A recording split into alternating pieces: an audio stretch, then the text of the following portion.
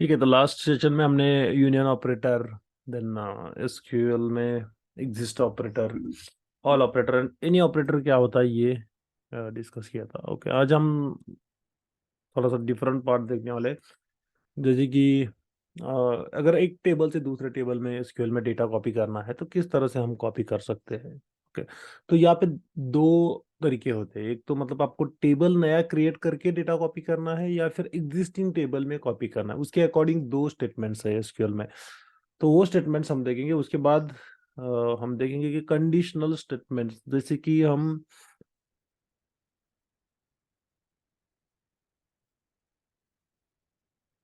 Excel में if else use करते हैं, उसी तरह एसक्यूएल में हम किस तरह से कंडीशनल स्टेटमेंट यूज कर सकते हैं। यहाँ पे एसक्यूएल में उसको केस एक्सप्रेशन ऐसा मतलब कहा है। Okay, case expressions. तो हम बस कंडीशनल ऑपरेटर यूज करके कंडीशंस दे सकते हैं, एंड देन हमें जैसे कि डिराइव्ड कॉलम, कोई भी कैलकुलेटेड कॉलम बनाना है, नया column, while reading the data from the database. अगर किसी कॉलम के बेसिस पे आपको कुछ टैग वगैरह क्रिएट करना है तो हम केस एक्सप्रेशंस यूज करके कर सकते हैं। ओके, तो सबसे पहले देखेंगे हम select into. Let me select the database first. If this is my database, and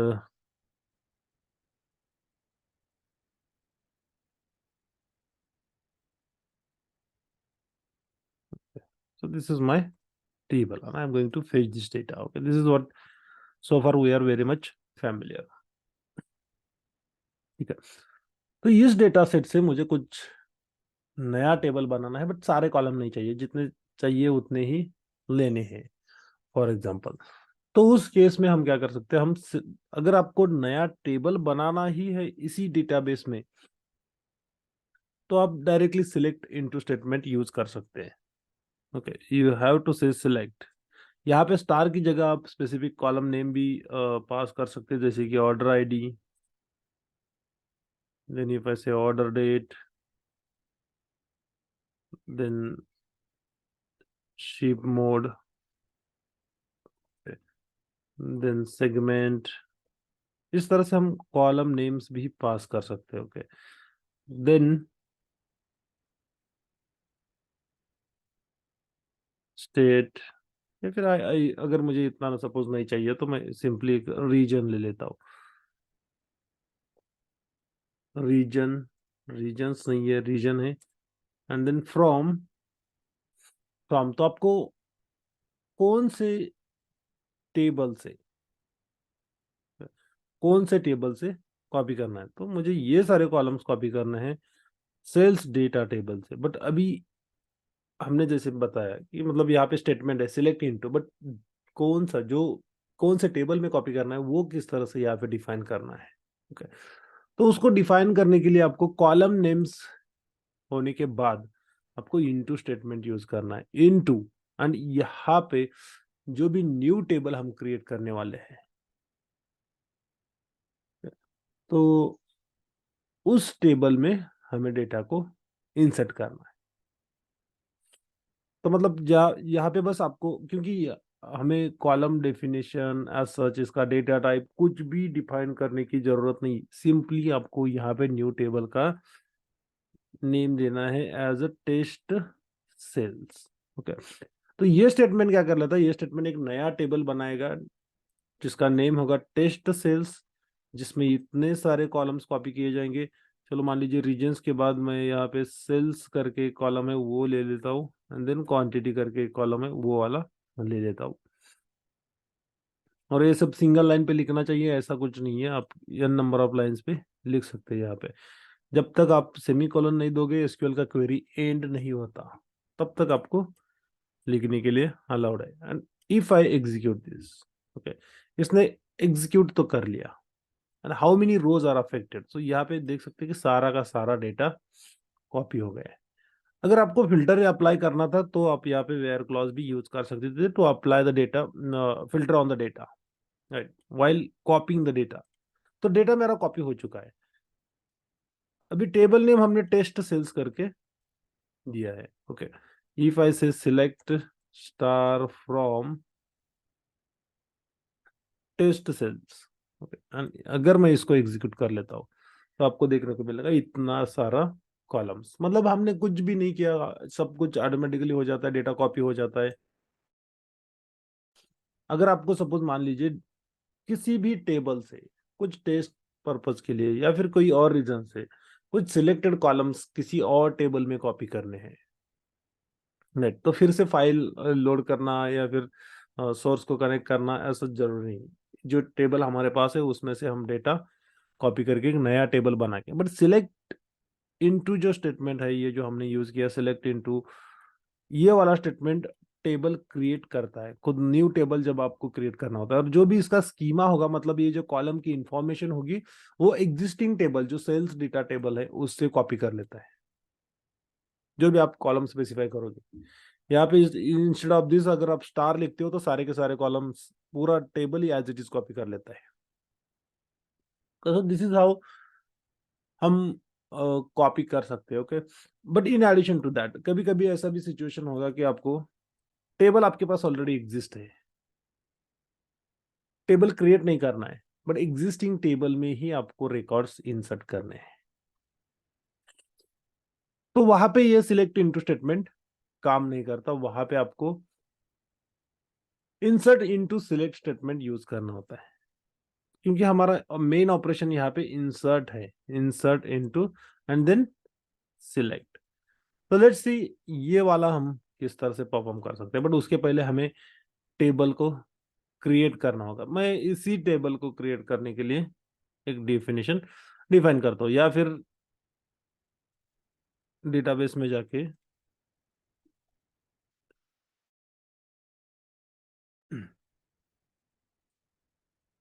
suppose database में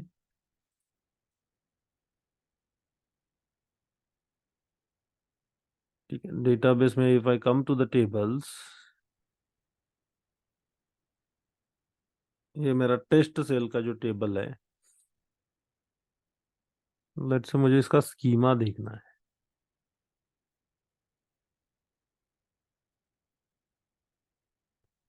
कि कॉलम्स कंस्ट्रेंट, ये नहीं, design fact policy, no no no, properties, हम जस्ट चेकिंग इसमें क्या मिलता है, अगर डायरेक्टली क्रिएट टेबल का डेफिनेशन मिलता है तो हम्म, ठीक है, चेक करना पड़ेगा SQL सर्वर में किस तरह से कर सकते हैं। MySQL में पता है डायरेक्टली हमें मिल जाता है, वहाँ पे एक डेटाबेस स्कीमा करके ऑप्शन होता है वहाँ पे, और यहाँ पे सच स्कीमास का कुछ नहीं दिख रहा, व्यू पॉलिसीज नहीं, स्टोरेज भी नहीं, पार्टीशन ऐसा सच कुछ क्रिएट नहीं करना है। ओके, रिपोर्ट्स डिलीट, ओके जान दीजिए, instead of that time spend करने से अच्छा हम create table and if I से टेस्ट सेल्स इंसर्ट, इस तरह से मैं टेबल का नेम दे देता हूँ। सॉरी, तो ये टेबल नेम होने के बाद आपको नेक्स्ट लाइन पे इसके कॉलम्स बताने हैं, तो ये मेरे सारे कॉलम्स है। ठीक है, फिलहाल जिस टाइम मैं मेंशन कर रहा हूँ, बट ये इंफॉर्मेशन आपको रेडीमेड भी अवेलेबल हो सकता है। तो let's say into it, this is of type varchar। ठीक है, तो varchar टाइप का डेटा है। देन ऑर्डर डेट जो है, ये डेट टाइप का डेटा है। Right? जो भी सोर्स के मतलब जो एग्जिस्टिंग टेबल है उसी के डेटा टाइप्स आपको यूज करने होंगे। एंड और एक इसका रिक्वायरमेंट है कि अगर आपको एक टेबल से दूसरे टेबल में, जो एग्जिस्टिंग टेबल में डेटा कॉपी करना है, तो दोनों टेबल के column names as it is match होने चाहिए, कॉलम नेम में मिसमैच नहीं होना चाहिए। ठीक है, देन इफ आई से this is 100, let me copy this, again this is of 100, again this is of 100 on next line। अगर ये नंबर में है तो मैं इसको इंटीजर एंड देन इंटीजर इस तरह से डिफाइन करता हूँ। ठीक है, इवन इसको फ्लोट करके भी डिफाइन कर सकते हैं। अगर अमाउंट डेसिमल्स में होंगे, आपके नंबर डेसिमल्स में होंगे, तो इंट की जगह पे फ्लोट। क्वांटिटी तो कभी भी डेसिमल्स में नहीं होगा। Okay, ideal. एंड देन हम इसको एग्जीक्यूट करेंगे तो एक नया टेबल बन जाएगा। Now if I try to show you the data, इस टेबल में से अगर हम डेटा को देखेंगे, select test sales insert. Okay, तो यहाँ पे देखोगे तो यहाँ पे कुछ भी डेटा सो फार नहीं है। अब हमें इंसर्ट इनटू स्टेटमेंट यूज करना है टू इंसर्ट द डेटा। ठीक है, तो एज द स्टेटमेंट सेज, आपको सबसे पहले इंसर्ट इनटू लिखना है। इंसर्ट इनटू कौन से टेबल में इंसर्ट करना है, तो ये वाला जो टेबल है इसमें हमें डेटा इंसर्ट करना है। बट क्या डेटा इंसर्ट करना है, जो डेटा इंसर्ट करना है उसको फेच करने के लिए हमें सिलेक्ट स्टेटमेंट यहाँ पे यूज करना होगा। एंड देन यही वाला क्वेरी, मतलब मैं बस यहाँ से कॉपी कर रहा हूँ फ्रॉम सेल्स। ओके, ये वाला, बट इसमें हमें ये इनटू स्टेटमेंट नहीं चाहिए क्योंकि इंसर्ट इनटू हम यूज कर रहे हैं, सिलेक्ट इनटू नहीं। ठीक है, तो इस तरह से आपको डेफिनेशन डिफाइन करना है। मतलब इस टेबल से हम डेटा फेच कर रहे हैं एंड उसको हम इस टेबल में इंसर्ट करने वाले हैं। Now if I execute this operation successful. ठीक है, अब मैं इस टेबल का डेटा फेच करके देखता हूँ, तो यहाँ पे देख सकते हैं आप कि पहले कुछ भी डेटा नहीं था, अब डेटा कॉपी हो चुका है। तो इस तरह से मतलब दो वेज है डेटा को कॉपी कर, एक टेबल से दूसरे टेबल में डेटा को कॉपी करने की। सिलेक्ट इनटू यूज करना है, अगर आपको नया टेबल बनाना है तो सिंपली आप सिलेक्ट इनटू यूज कर सकते हैं। बट एग्जिस्टिंग टेबल में डेटा कॉपी करना है तो आपको इंसर्ट इनटू स्टेटमेंट यूज करना होगा। जब भी डेटा हम कॉपी करेंगे इन यूजिंग इंसर्ट इनटू, तो आप you have to make sure कि फर्स्ट टेबल मतलब old table and new table दोनों के कॉलम नेम्स 1 to 1 मैच होने चाहिए। ठीक है, देन चलो ये तो हमारे पास सो फार डेटा है। अब इसी टेबल के ऊपर ऑपरेशन कर लेते हैं। लेट्स से आपको कभी कभी कंडीशनल टैग बनाना होता है, जैसे कि कुछ सेल्स की वैल्यूज है, या फिर कुछ कंसिडर इग्नोर वाला, यस नो वाला, ट्रू फॉल्स वाला, जो भी टैग्स है, वॉट एवर आपको कंडीशंस के बेसिस पे, मतलब हम कभी कभी एक्सेल में अगर पिवट टेबल बनाना है एंड कुछ डेटा को फिल्टर करना है यूजिंग स्लाइसर्स एंड ऑल, तो हम एक कंडीशनल टेबल क्रिएट करते हैं। Okay, so far if I try to show you something like that. Okay, this is TSV. One second, let me find the Excel workbook. For CSV is also fine. Let me copy this.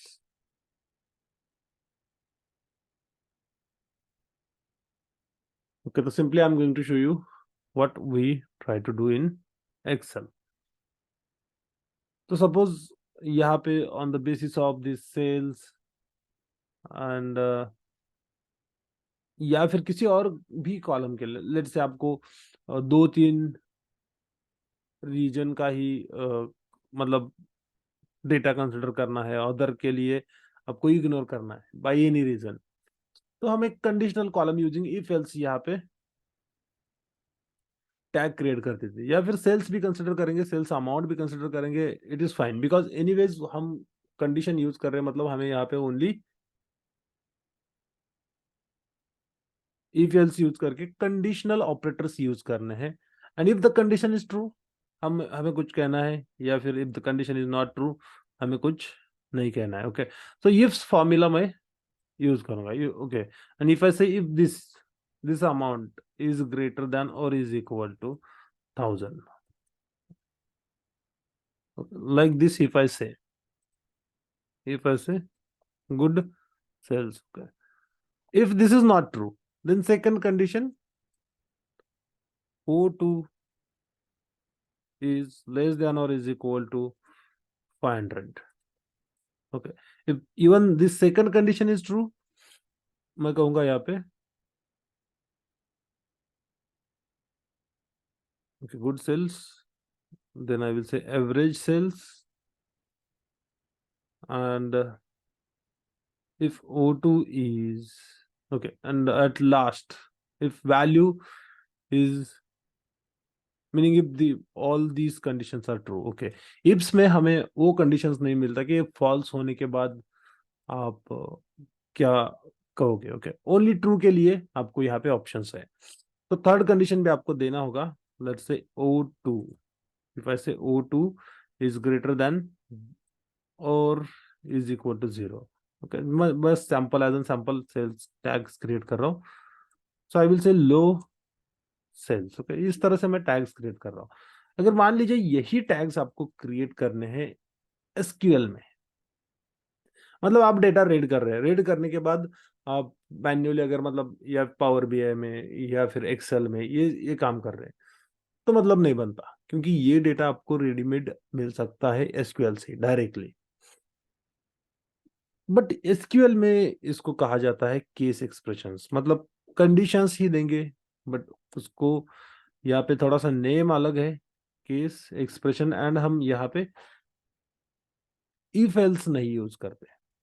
ठीक है, तो ऐसे tags जब बनाने होते हैं, कुछ calculated column बनाना होता है, कैलकुलेटेड कॉलम भी बना सकते हो कि केस, अगर ये केस होगा तो क्या कैलकुलेशन होना चाहिए, ये केस होगा तो क्या कैलकुलेशन होना चाहिए, उस तरह से भी आप डिराइव कर सकते हैं, डिफाइन कर सकते हैं आप।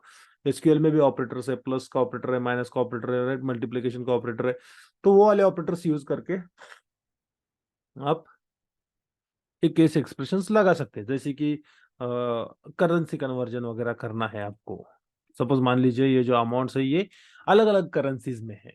फॉर एग्जांपल एक यूएसडी में है, एक यूरोज में है, या फिर एक कोई दिनार में है। तो ऐसे करेंसीज को अगर आपको कन्वर्ट करना है, तो यूएसडी में कन्वर्ट करना है, तो आप क्या कंडीशन लगाओगे, केस एक्सप्रेशन यूज करके। सिंपली केस एक्सप्रेशन का यहाँ पे कोई तो एक, अगर ये अलग अलग करेंसीज में है तो आपको यहाँ पे करेंसी इंडिकेट करने वाला कॉलम भी चाहिए होगा, तो वो रहता है डेटा सेट में। एंड देन आपको सपोज मान लीजिए मल्टीप्लाई करना है, तो कब मल्टीप्लाई करोगे, नया कॉलम बनाना है, converted amount, amount in USD, ऐसा समथिंग लाइक दिस। ओके, तो उस सिचुएशन में मान लीजिए आपको एक केस एक्सप्रेशन हेल्प करता है। ओके, केस एक्सप्रेशन क्या होता है, तो मतलब मैंने एक दो सिनारियो बता दिए। टैग क्रिएट करना है तो भी आप यूज कर सकते हैं, कुछ कैलकुलेशन परफॉर्म करना है तो भी हम केस एक्सप्रेशंस यूज कर सकते हैं। ठीक है, बट करेंसी कन्वर्जन रेट भी आपको इसी में, इसी टेबल में चाहिए होगा, नहीं तो आपको दूसरी क्वेरी से इसी टेबल में ऐड करना होगा। ओके, जो भी सो फार रीजन होगा दैट इज फाइन, राइट। मतलब जैसे सिचुएशन आता है वैसे आपको क्वेरीज को फोल्ड करना होता है। तो सिंपली अगर हम केस एक्सप्रेशन अभी जिस तरह से हमने एक्सेल में लिखा उसी तरह से अगर हमें लेट्स से इसके लिए लिखना है, सेल्स के लिए एसक्यूएल में, so I will say star and then इसके बाद ओके। तो मतलब मैंने कॉलम्स, सारे कॉलम्स लेने के लिए स्टार लिखा है। ऐसा स्टार लिखना जरूरी नहीं है, यहाँ पे आप कॉलम नेम्स भी लिख सकते हैं, जैसे कि ये वाले हैं, ऑर्डर आईडी, ऑर्डर डेट, ये सब कुछ आप यहाँ पे लिख सकते हो। Okay, even I am going to do that, confusion न को।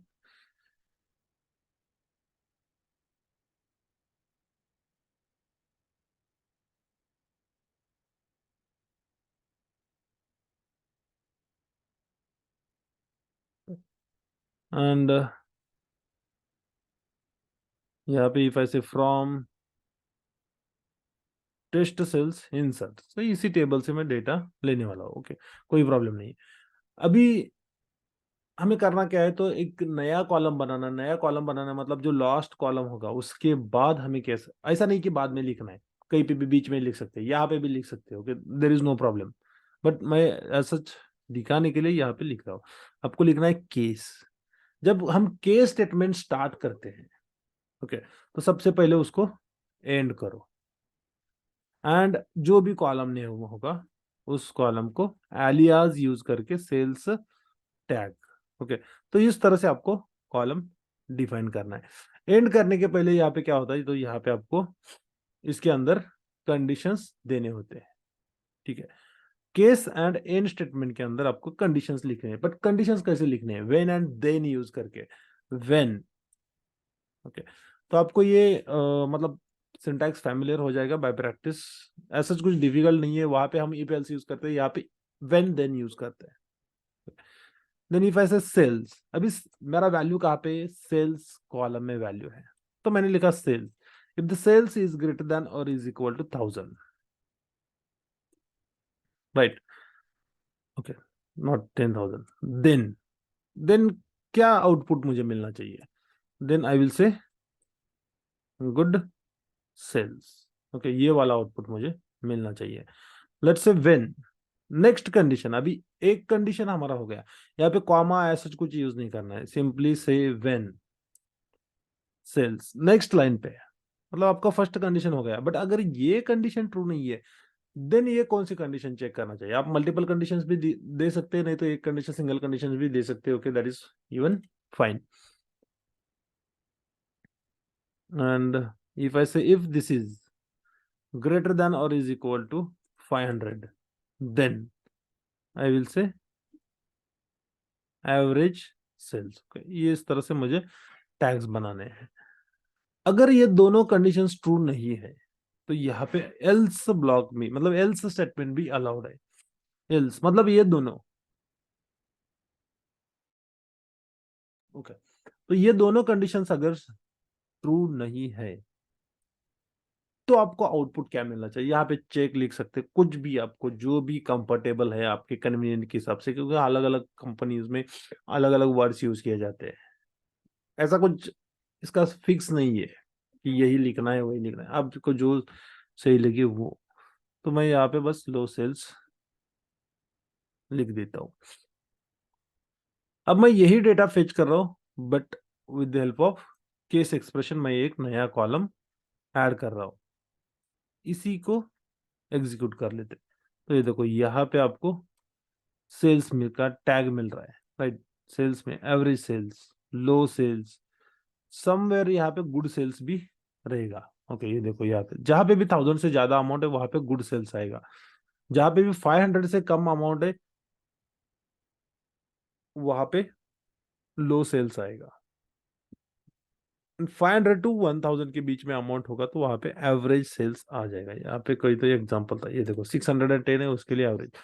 तो ये बस कंडीशनल ऑपरेटर्स के ऊपर आपका थोड़ा सा कमांड होना चाहिए कि कब कौन सा ऑपरेटर यूज करना है। इवन व्हेन वेयर क्लॉज में तो हम यूज करते ही है कंडीशन देने के लिए, उसी तरह से यूज करना है, बट यहाँ पे व्हेन देन लिखना है, ओके, बस इतना ही केस एक्सप्रेशन है। कैलकुलेशन परफॉर्म करना है तो आप कैलकुलेशन भी परफॉर्म कर सकते हो, ओके, ये केस एक्सप्रेशन एक सिंगल हो गया, आपको और ऐड करना है, इट इज फाइन, अगेन आप केस से स्टार्ट कर सकते हैं, देन उसको एंड करो, ऐसा लिमिट नहीं है कुछ। And as I will say quantity, sorry, per unit cost, PUC I will write, okay, as a PUC. And यहाँ पे बस आपको, मतलब ऐसा जरूरी तो नहीं है ये करना, बट सपोज मान लीजिए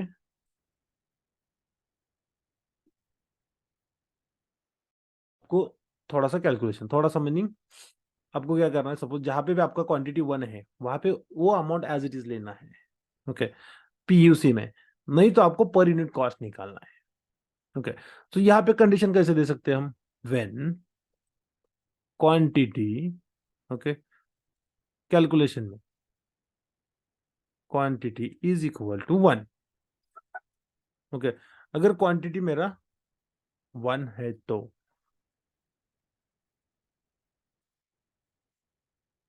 देन, तो क्या करना है, तो कुछ नहीं करना, तो हमें as it is quantity sales amount use करना है, राइट। तो मैंने सेल्स लिखा, else,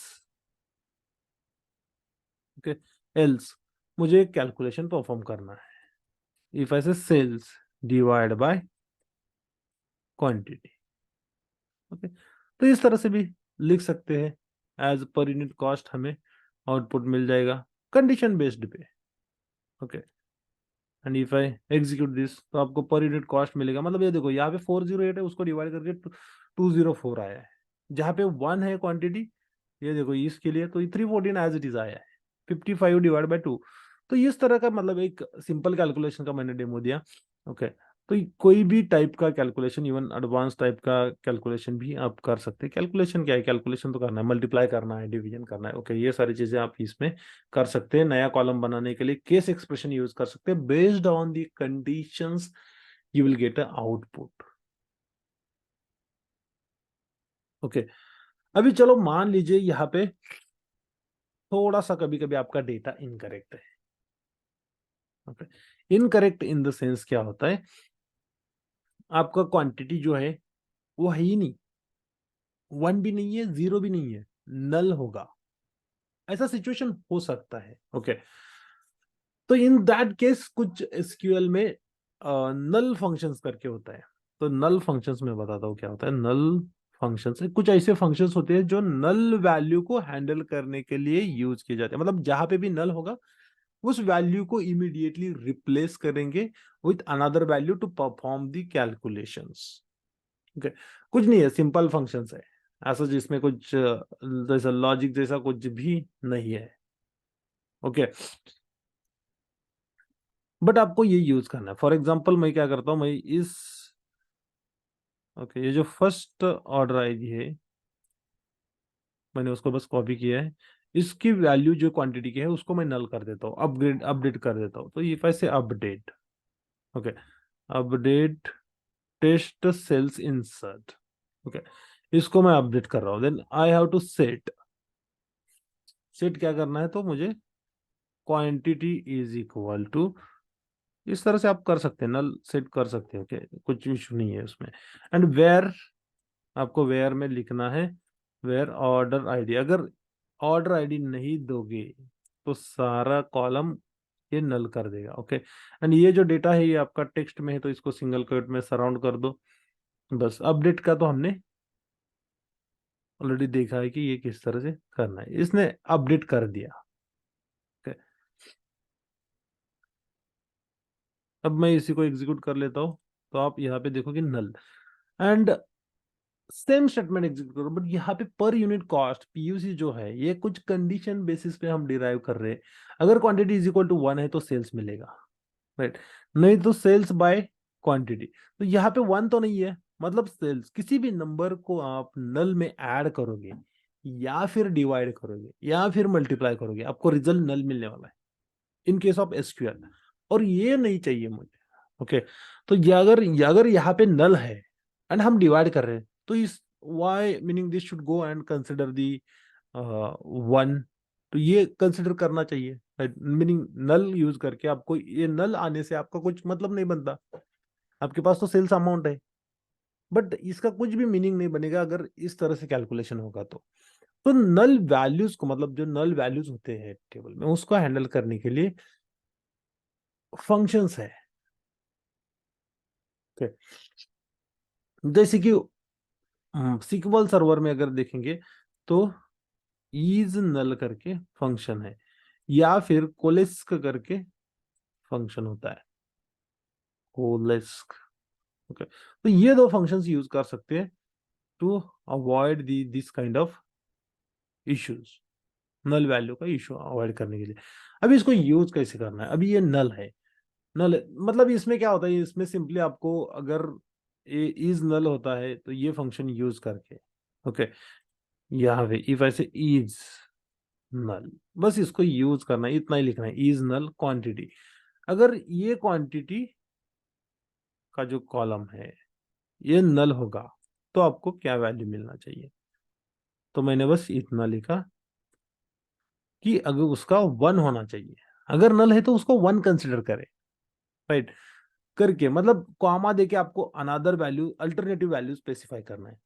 and when this is going to work, अगर इस क्वांटिटी का, इस कॉलम का वैल्यू नल होगा तो उसको 1 कर देगा, नहीं तो कुछ भी नहीं करेगा, this is not going to do anything, ठीक है। अब मैं इसको एग्जीक्यूट कर लेता हूं, ओके। देखो यहाँ पे नल, पहले हम विदाउट नल फंक्शन यूज कर रहे थे, मतलब ये जो इज नल फंक्शन है उसको यूज किए बिना कैलकुलेशन कर रहे थे, तो हमें यहाँ पे पीयूसी में नल करके वैल्यू मिल रहा था, एज आउटपुट यहाँ पे नल मिल रहा था। अब हमें इसका आउटपुट नल नहीं मिल रहा, 408 मिल रहा है, मतलब एज इट इज मिल रहा है, राइट।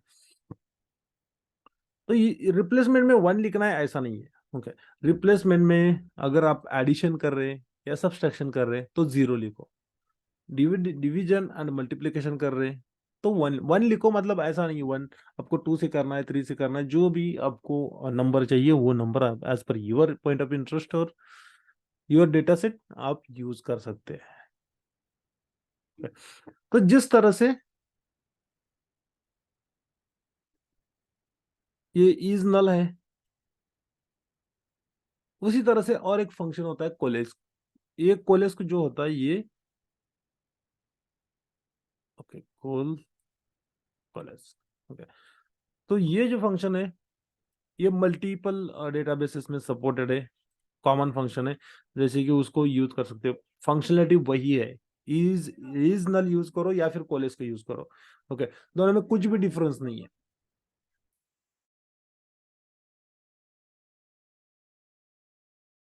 ओके, तो दोनों में बिल्कुल भी डिफरेंस नहीं है, ओनली नेम का डिफरेंस है, नहीं तो फंक्शनलिटी सेम है।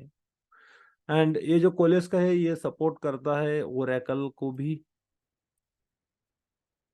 ओरेकल डेटाबेस को भी सपोर्ट करता है।